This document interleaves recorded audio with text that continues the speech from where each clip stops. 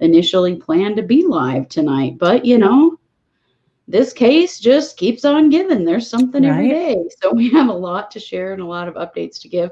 But we find with our live stream that it cuts off the beginning of our show in the recording if we don't give it a couple of seconds. So that's why we're just hanging out. Do you think we're good now, Katie? Yeah, I think so. Okay. All right. So let's make this official. Okay. Hey, everybody. Welcome to True Crime Paranormal. I'm Christy Brower with my co-host, Katie Weaver. Hey, Katie. Hello. How's it going? It's going. You know, I feel like I have sat and watched a lot of hearings this week. I actually have kind of a sore tailbone. And I'm like, it's because I've been sitting through so many hearings. But that's why we're here tonight. Is that we have some updates, some pretty big updates. The first of which is that Lori Daybell Vallow has waived her preliminary hearing. Yep. So this hearing was supposed to be next Monday and Tuesday, very similar to Chad's hearing this week. We did last night review the witness list that we on the last show we posted. It was really extensive, but we had said that we were really wondering if she would waive it. And that is what happened. They did have court today to waive it. So, of course, our very first question in the live stream is, why do you think she did that? So let's talk about that. Katie, what are your theories? Well, a couple of reasons. First of all, I really, truly believe that Lori's running out of money and that the expense of the prelim, you know, remember that her lawyer lives 5 hours away. And so he and any of his team that he brings, you know, it's a big expense for him to come, especially for a 2, potentially 3-day event. And so I think that's probably the biggest reason. I also think it's clear that they had a plan that if Chad lost his prelim or, you know, was found, you know, that he was, that there was enough evidence to take him over to federal court, that they were just going to go ahead and waive because there's no reason to do it. And so, and not on their part. No. And also and when you look at the date that she signed the agreement to waive the preliminary hearing, it was July 17th. Right. So that document was pre-signed. Now her attorney, Mr. Means, in court today made it very clear that that was only for logistical purposes and not because they were expecting this. But I probably think it was both. Because seriously, I mean, it is the same evidence against both of them. And so why would you go through a preliminary hearing when he's held over on those charges? She's going to be held over on them too. You know, from one standpoint, you know, Chad and Pryor did them a big favor, you know, because they were first. So they went to all of the work and the expense and the everything. Right. Because, you know, the prelim for the prosecution is a bit of a fishing expedition. You know, they're getting as much of a peek at the defense's evidence as they can possibly get. And as we know, Pryor, you know, pushed and tried to get as much as he could. And if you don't think Means wasn't filling up his journals as fast as he could go, you know, he was. He watched every second. He'll rewatch. I still have this, after you said that yesterday, I still have this this picture of him, like stacks of journals next to him, and he's just writing furiously for hours at a time. Seriously. Yeah. Which he probably was after watching those hearings. Yeah. Yeah. So, and so I feel like for them, it wasn't worth it. If this had not, you know, if they went first, they would have gone because they want to know, what do you have? You know? And of course, you know, one of the bombs was that recorded conversation and some of the body cam stuff. I mean, there were some bombs, and that's a fraction of the amount of evidence that they actually have. So that's why I think that it didn't make any fiscal sense to do it. And they already had received everything that they thought that they would receive. Right. Well, and looking at that potential witness list for the prosecution in Lori's case, so many family members of hers and Chad's, I really suspect she didn't actually want that many people to have the opportunity to get on the stand and badmouth her. Yeah. You know, in a preliminary hearing, the rules of hearsay are much looser. Yes. And so they could have gotten on, you know, I mean, obviously you look at what Melanie Gibb was able to say. I mean, every single bit of what she said was hearsay until she played that tape, which was not. But I think she probably, you know, took this as an opportunity to not get slammed any harder than they already did. Yeah, Yeah. agree. I Yep. doubt it was, in being a good citizen and not wasting the state's money. I kinda doubt it was that. She's I'm just such a good saying. citizen, though. I Yeah, mean, I just don't come get on, man. Yeah. Now, we were kind of sad. Here's the thing. I that. am thrilled for the Yeah. families that they don't have to live through another horrible No. rendition of what happened to those poor kids. I That am was so thrilled brutal. for the witnesses that they don't have to get up there and do that again. I don't know if I could watch poor David go through this again. Poor guy. Oh, And I'm man. sure we will when we get to if these go to trial. But at some point, we'll see David again and Melanie. But I am very glad for them that they don't have to go through this again next week. However, damn, are we missing out on comedy gold with Mark Means or Oh, what? yes, we are, because Mhm. in a hearing today that literally lasted 4 minutes and 42 seconds, he did not disappoint, my friends. Nope. He did not disappoint. In Nope. in the in the some of the legal documentation that he turned into the judge, he dated it the year 2029. This dude is an attorney, supposedly. Yeah. The best part though was Rob Wood's face Yes. when this happened. They're all on Mm. Zoom in their own offices. The Zoom Yeah. stuff is so funny because you really have the opportunity to get like facial expressions. And man, Rob Woods was hiding nothing today when the year 2029 showed up on Mark Means' paperwork. Oh my gosh. Yep. So I put it up here in the stream, a couple of pictures of him and that smirk. Yeah, it was there. That was really funny to me. Really funny. Well, and the judge, I'm gonna assume, Mr. Means, that this is a typo. Oh, yeah, yeah, Yeah, yeah, yeah, yeah. That nine should be a 0. Well, totally. no Yeah. shit, really? That 9 should be a 0? Are you So they serious? both had to fix it. That Yeah, killed me. they That that was was super hilarious. Yeah, funny. so funny. But yeah, so, but again, we're glad for everybody else that they don't have to go through that. But man, Yeah, that it's was a going to good be a thing. 2-day circus with means that I would have had Oh the my popcorn gosh. out for sure. Yeah. Yep.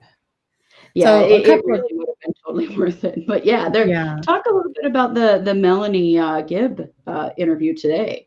Okay, so Melanie Gibb did an interview today with Nate Eaton at East Idaho News. I'm going to go ahead and pull these pictures out of the stream. I'm Or seeing yes, your questions come up in the live stream, and we will definitely address them before we're done. I promise. for But sure. yeah, let me get these out of here. Okay, so Melanie Gibb did sit down with Nate. They did a very quick interview. Basically, he asked her, like, what was it like? How does it feel to have come here and testified? And she said, it was a relief, and I'm glad I did it. It was, it got pretty, she kind of went at some points.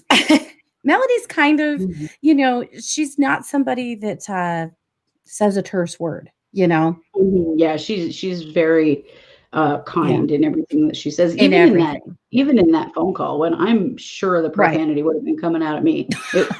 Right. But No. it comes So out of me all the time, so that probably isn't right. a bad comparison. But even talking to Nate, she's like, sometimes it got a little, like, okay, we get it. It sucked. Right. Okay. Yeah. But she said that she got to meet the Vallows or the Woodcock, The sorry. wood She got to meet Kay and Larry and spend some time with them. And she said that was just an extremely good experience for her, and talked about what wonderful people they are and how grateful she is that she had the opportunity to finally meet them, because they've been, in different parts of this whole scenario. And of course, all she'd ever really heard was Kay being misaligned and or maligned. And they had met briefly at one point, but Melanie was very much under the spell of Lori's lies and bullshit. So she right. didn't, now they're in a different place. So anyway, it was a great little interview. It was like 7 minutes. It wasn't a lot.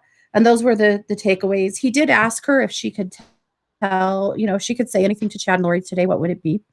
And basically Mhm. she said, it's time to burst the bubble. It's time to recognize that you have been deceived. It's time to recognize that so much of what you thought was going to come to pass is not, and you guys need to wake up and knock it off, basically. Mhm. He asked her about the date, that July 22nd date, right? And she said she doesn't know where that date came from. I do. That came from Charles.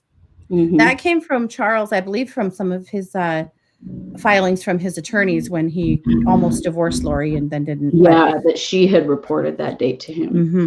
She says that it wasn't July, it was August. And so she doesn't really feel like, it's still freaking, we're still going there. Yeah, she said that it was August, and it's based on, and if any of you know what I'm talking about at all, help me, because I don't, but not abnormal, but anyway, that it was time to, or that this is based on some belief that there was 30 minutes of silence in heaven. Oh, yes. Okay, I remember reading about this. Mm-hmm.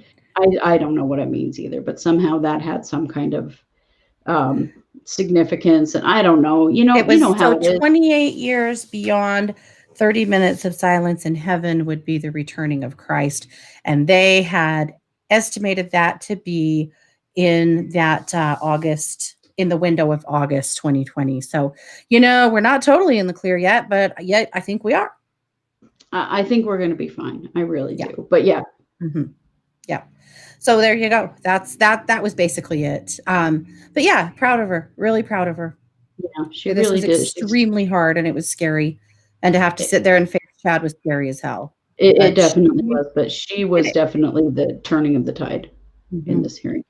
Mm-hmm. Well, before we get to some questions in the live stream, the other big news out of Chandler, Arizona, is that the police have made a public announcement that they fully intend to charge Lori with conspiracy to murder Charles, her husband. Yep. And they said that they have active warrants they're executing, and they're ways from having all the evidence together, but that investigation is going on, and that is their intention, which is fantastic news.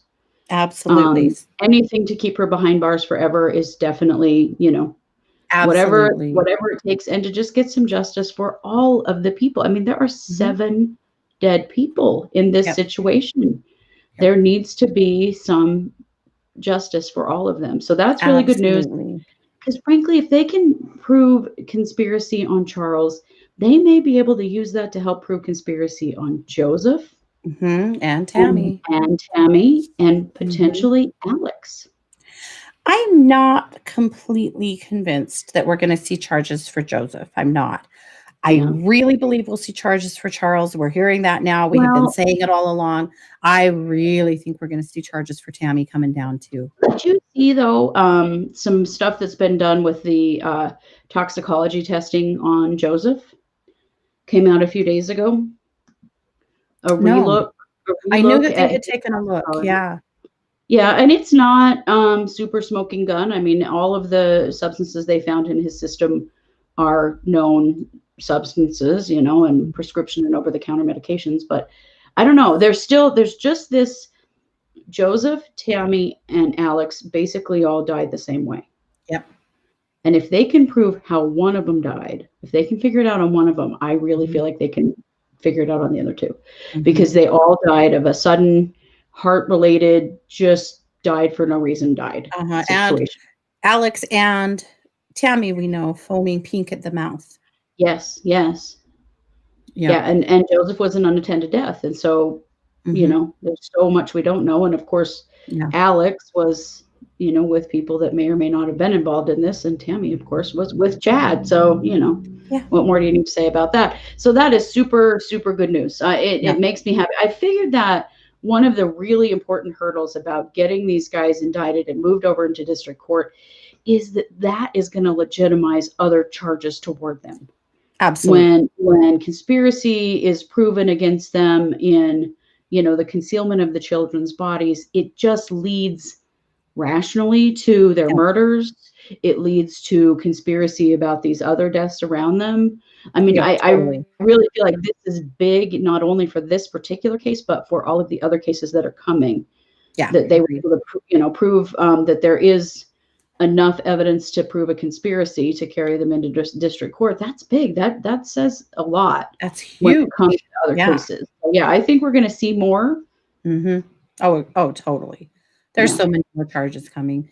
Yeah, absolutely. Well, and on Charles, I just I'm so excited to see this.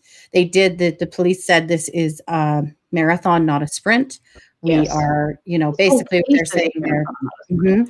But they said, actually, I want to quote what the officer said. So this was the Chandler Police spokesman, Sergeant Jason McClemens. He said they plan to submit the case to the Maricopa County Attorney's Office, but have a ways to go. Our detectives are still going through active search warrants and subpoenas. The case is a marathon, not a sprint. We are conducting a very thorough investigation to determine the truth behind the murder of Charles Vallow. That Yay, is they're calling it a murder. They're calling it a murder. It has been called, and it was ruled initially self-defense. And so to hear law enforcement go ahead and up the ante and go ahead and refer to that as a murder just made me cheer. Yep, it's coming. Well, and I read another article that said that the warrants are digital warrants for her cell phone data. And we know that the cell phone data, Alex's cell phone data, blew this case apart. And so hopefully they're going to find some similar things in Lori's. Yep. Well, I think all of the that day, all of the cop cam footage and the interviews are going to work against her because she did not act in any way like a grieving wife or like someone that had just witnessed a really traumatic the smiling and the laughing and the flirting with the cops and she's so and gross. the pool party. Yeah, and the pool party and the just leaving to take JJ to school right after her husband was murdered in her house, in her living room. I mean, none of it is normal. None of it. Rebecca in the live stream says, will conspiracy charges on his death have the same sentence as actually murdering? Yes, they will. So conspiracy to commit murder, can be considered, it's the same. If you're involved in it in some way, then you can be sentenced the same way as everybody else. And of course, we're going to start dealing with 2 different states because we've got Idaho law and Arizona law. We know Idaho law pretty well. Arizona law, I don't know. But in most cases, conspiracy to commit a murder is the same as committing it. You're just as involved as whoever physically did it. You were just as involved as them. So it will definitely, one of our chatters today said, will Lori ever see the light of day? No, she won't. She won't. No, only in the prison yard. Yeah. That's the only place. As these charges continue to stack up and charges in 2 different states, no. It may just come down to deciding where they're going to house her, if it's going to be eventually, if it's Idaho or if it's Arizona. Yep. So CL Rowe wanted to know, do we think Chad could turn on her? Totally. But I actually think that she's more likely to turn on Chad than Chad is to turn on her. Me too. Although I do feel like that her attorney prior, that he was really pushing that way in the preliminary hearing. Chad's attorney.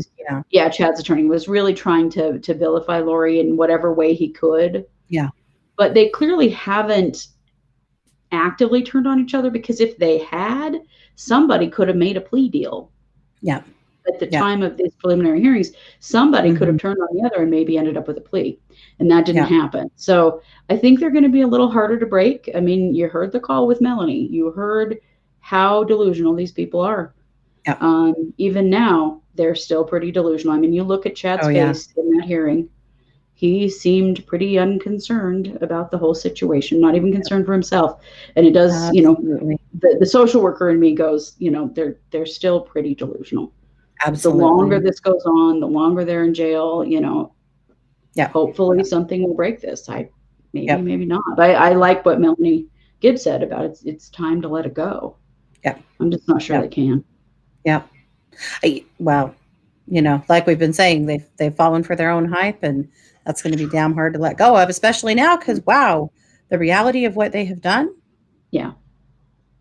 So Kat wanted to know, what money could there be? I heard Chad spent half the insurance to bail out Spring Creek Books. I had heard that as well, or that he'd spent a large portion of it. Also, that little, extended vacation in Hawaii was not cheap. They were spending it up right and left. They were. And my understanding was, and of course we don't have an accounting of Lori's finances yet, but my understanding was that Lori really didn't have any money. No, other than the children's Social Security. Yeah, she was what a winner. Their Social Security, but that's not that much money. No, and at any rate, it sounds like what our understanding has been is that Chad has been paying her bill. Here's the thing. They're both going to run out of money. They're both going to run out of money at some point, unless these attorneys stay on pro bono because they just really want the fame that they think this is going to bring. They'll both end up with public defenders because they're both going to run out of money. And honestly, Lori would be better off if that happened because her attorney is not a criminal law attorney and should not be on this case. No, but regularly proves that. But she's paying him and choosing him, so yeah, what can you say? But yeah, I mean, really, but I suspect they will stay on pro bono because they're looking for the notoriety. That's definitely in both of their the next Kardashian family here. Both of them are looking for something. I think maybe looking to become famous defense attorneys. I don't know. Kat wants to know if we're going to stand outside the jail and sing happy birthday to Chad on August 11th. That would be really funny. I doubt he'd hear it, but that would be really funny. That would be great. Yeah. Happy first birthday of the rest of your life behind bars, Chad. Yeah. Kat also wanted to know why Mel G was MIA when it was time to get on the stand on day one. Personal opinion, no fact and basis. No one told me this, but personal opinion, I think she had a panic attack. Yeah, I do too, but we're gonna keep digging for that info because I really want to know, like, what's the story. We might be able to get that. Yeah, we may be able to, and I hope that we can. But that's my thought too, is that she just panicked. Maybe she ran to the bathroom to throw up. I think I probably would have, Yep. Pretty crazy. Yep. Vicky says Lori and Chad will be together in the afterlife along with Alex answering to their master Satan. Well, that could certainly be, They'll be adversarying with the adversary. Yeah. And let's see. Kat says Joe Ryan had Flexeril and Celexa. Yeah, he had 2 antidepressants on board. He had some Benadryl on board, some Flexeril. I mean, it wasn't anything that was like a big red flag, and it didn't look like the dosages were a red flag either. Yeah. But I don't know. They're not done figuring that out. They're certainly not done with Tammy. Yeah. Sandra wanted to know, do we know the date in August? She didn't give a date. She just said they thought it was sometime in August. So no. So I guess for all of August, boys and girls, hold on to your teeth and say your prayers. Yep.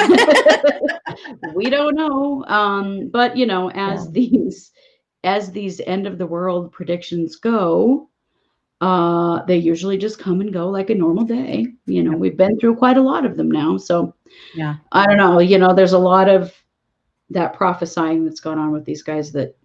Yeah. That was actually one thing I didn't mention that Melanie talked about with Nate today is, she said, a lot of people have wanted to know with all this talk, or he said, with all this talk of zombies and all this wild stuff they were saying, why didn't you report some of this stuff to an authority before now? Right. Mm-hmm. And she said, here's the thing. This was just normal commonplace talk with them. And she said they both predicted and prophesized of so many things that didn't happen. She said, I've been hearing stuff from them for the last year about all of this stuff that's going to take place that doesn't. She said, I had no idea that they would go to the lengths of killing kids. See, they were talking all the time about dark spirits. Chad was going into his closet portal. I know there's been so many freaking jokes about this, but going into his closet portal and come in meditating or doing whatever he was doing and coming out 30 minutes later and saying, okay, I just killed 25 zombies or 350 zombies off the earth. So he'd been doing all of this energy work, getting rid of dark spirits, and so she didn't have any idea they would kill the kids. Right. It seemed all to be sort of ethereal, not physical. Now, I will say, surely she had to suspect the whole Charles thing. Surely had to have been a red flag to her. That she did, although she has said a lot of things now that I think are in part at least saving face on her own part. Oh, I think because she bought in a little too hard for a while.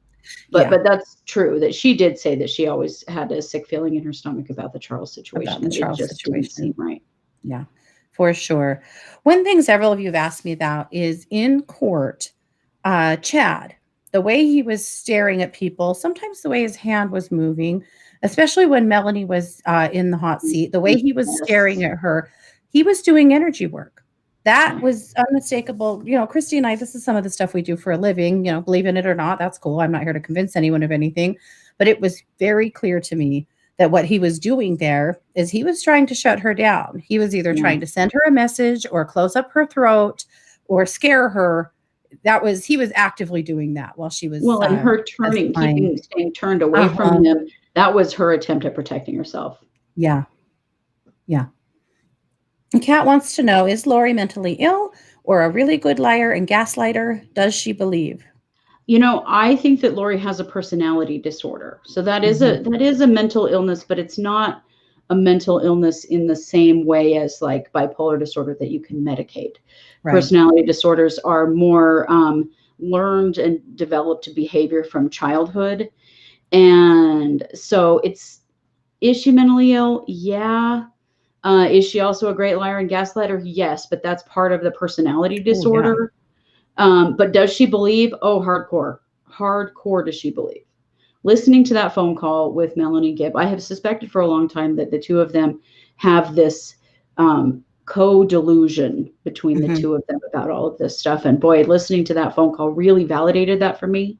That they have built, it's like they've built this entire reality between the two of them that they believe in hardcore. And it will be really hard for them to let go of it because they will literally feel like they will die without it because it is exactly who they believe they are. Well, and if you look here at the Lori worship, right? Chad's telling Lori she's a goddess. She was married to all of these revered beings from the Book of Mormon. He put her on such a pedestal. Yeah. And I think that was really intoxicating to her that this had to be true. He was validating and for really her. Fed some about herself. Yeah. And really fed some deep internal insecurities, I think. Oh, definitely. Okay. This is an interesting question. And we have, so Vicky said, well, it's not so much a question, but okay, we're going to tell you guys something. I know some stuff. So she said the real estate meeting, and now this was, with Chad and Lori and David and Melanie and a realtor the weekend that JJ disappeared, the weekend JJ died. She said the real estate meeting was probably for their plan for white tents to take followers for their homes and life savings. Yeah. We realized, I had a light bulb moment after we heard that we know who that realtor is. We know that person. We do. Quite sure because they were one of Chad's best friends. And so we reached out. We're doing a little bit of digging. We're trying to find what property it was. And when we do, and I'm confident we'll go ahead and do a stream and show you what that property was. But I'm also going to tell you that there's another family in this area who had sold back in 2018, who was associated with Chad. They had sold everything they owned and purchased a big piece of land in a place called Wilford, Idaho. Wilford is a farming community. It's not really a town. It's just a farming area in between St. Anthony and Ashton. So 15 miles-ish from Chad's house. And they have been building basically a commune there. They have already been building a place for communal living, preparing for these days to come. Right. So that's been actively happening in this area for a while. So anyway, hopefully we get some answers on that property. I really think we will. But I died laughing when I realized, we know who that realtor was. We actually know. I don't think we'll be able to reveal their name, but we actually I don't think we should, but we do. Sandra wants to know if the other people in their preparedness group are as over the top. Yes and no. I think not so much in the realm of I'm a god and I'm one of the 144,000 and Mutta. Yeah. But yes, in the sense of prepping. Yeah. A lot of people around here have fallen into this. They have, I'll tell you what, actually, my neighbor that lives a few houses down from me, last year I noticed her garage door open and discovered that her entire 2-car garage is pallets of stored food. Yeah. Pallets from floor to ceiling, her entire 2-car garage. And she's been to my house twice with cans, like number 10 cans of food, and demanded, insisted, pushed, that I get food storage right now. Really bad things are about to happen and you're not prepared. She told me that my dead mother told her that I'm not prepared and that I'm Right. wasting my money on other things and not preparing. And my mother gave her that message and she had to come to my house and tell me. And I've had enough of her. But Yeah. anyway, the 2 times she's come down and done that and told me that and forced me to take this big can of sugar and another time a big can of pancake mix and, but anyway, but that's the extreme and we are seeing the extreme. Yes. Yes. And you have to know that just as a part of Mormonism, that having food storage and preparedness and Mhm. sufficiency is very much Yep. a part of the religious culture. But it Mhm. is definitely gone to a new extreme in our community. We know that people Mhm. stockpile guns and ammunition here. Mhm. There are people who have Oh, bunkers yeah. under their houses. That stuff definitely exists here, and this case is shining the light on it more. But it's Mhm. gone to a new level with all of the energy work and the prophesying Uh-huh. and The the tents. Yeah. yeah, yeah, and the preparatory stuff. Yeah, that's definitely gone to a new level. But I do believe Mhm. that one of the things that Melanie Gibb told Nate Eaton is that there are way more people into this stuff in our community than we may realize. And I Yeah. think that that is definitely coming to the forefront here. And I Mhm. don't mean to connect those folks to Chad and Lori necessarily. I don't know that they necessarily are, although some of them certainly were their followers, but most of them, I Mhm. think, more fall on the prepper side of things. Yeah. But they are getting way more into metaphysics and divination and energy work than Mhm. you would normally ever see Mormons get involved in. So I have Oh, found that yeah. quite interesting. Oh, I mean, we've had students that took Reiki from us that literally got threatened with excommunication. I mean, Yeah, it's things are they're in a really interesting spot right now. yeah, Yeah. yeah. They are, but then you have to be so careful with that kind of stuff because you don't ever want to fall into a place of believing your own hype to the level that Chan has and that Yeah. Lori has, because they now are just self-fulfilling. So everything that they want to happen or want to be true just happened in their intuition. And that's just not ever the Mhm. case. That's No. taking it all way too far. So this is another Yeah. reason why we're right in the middle of this case, is Yeah. because we do work as professional psychics and energy healers. And so we know Mhm. that side of things as well Oh, as being yeah. former Mormons. And we know how people can take it too far. And these guys definitely have. Absolutely. Well, we also have seen many gurus over the years Hmm. go way too far, thinking about the Bikram yoga guy that turned out he was molesting or, sexually abusing tons of his students, or John of God, who Yeah. turned out to be running a child, a baby Yeah. adoption ring that was horrifying, Oh, and yeah. others that, it's this guru stuff is dangerous. It's really Mhm. dangerous and Yeah. should be taken with an enormous grain of salt. Absolutely. Absolutely. So, yeah, I mean, I do think this is uncovering some pretty interesting things going on in our community. So, yeah, you're right. Absolutely. Yeah. You're right. We are right in the middle of this. Yeah. Yep. Sandra said she used to work with someone in this area who was a prepper who believed that they would have to leave at a moment's notice in any season to meet for end of times. Yeah, Hmm. I've heard that kind of stuff from people many times, and they're Yep. prepared at any moment, Yeah. and that they are, carrying weapons and food and things in their vehicles, even Hmm. for what's coming. I don't know. I don't know what's coming, Yeah. but. Well, I think probably nothing, but Mhm. know, Kat wants to I know don't know. about energy work. We're talking about things like Reiki, energy Hmm. healing, that kind of thing, Kat, if that Hmm. makes sense. Yeah.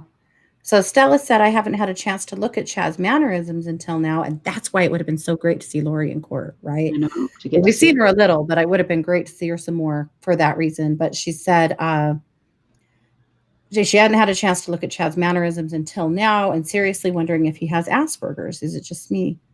I really kind of had the I same thought wondered. Hmm. watching those two hearings, and also hearing him speak. There are some Hmm. things that made me wonder if maybe he's on the spectrum somewhere, Hmm.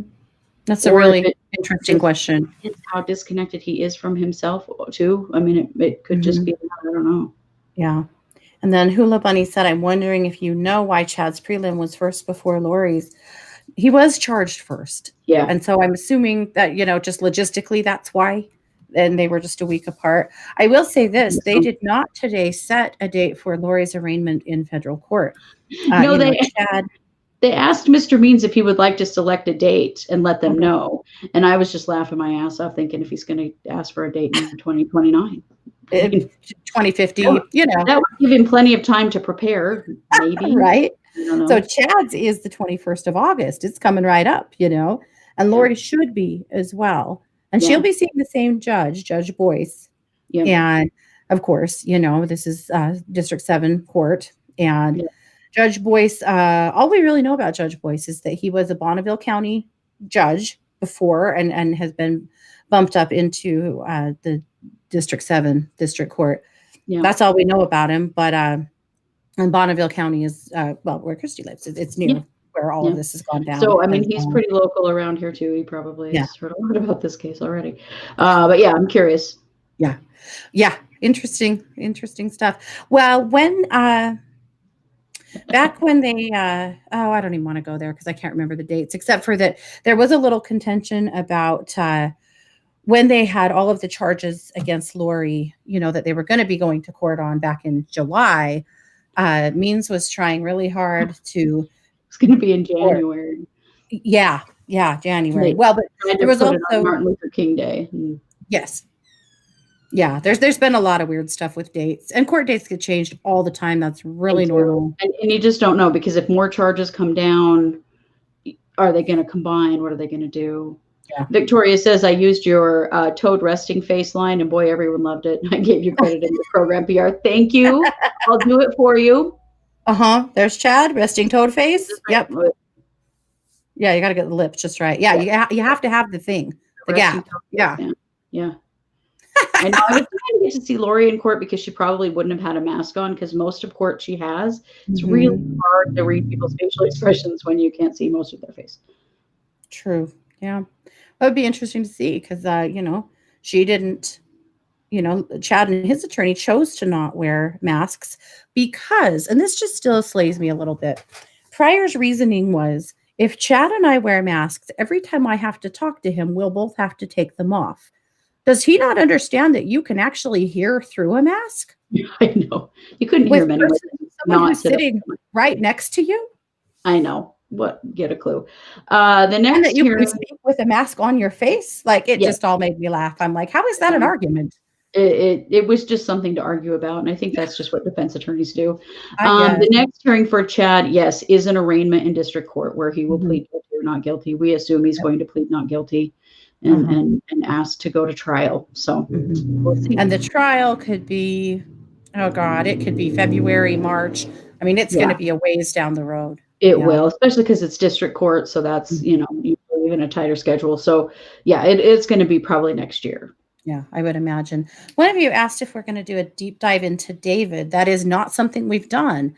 There's not a lot on David. We've actually attempted to do a deep dive into David in the past, and there's not a lot of info. Though we might attempt that, though, and see what we can get. There might be more coming out now where he did testify.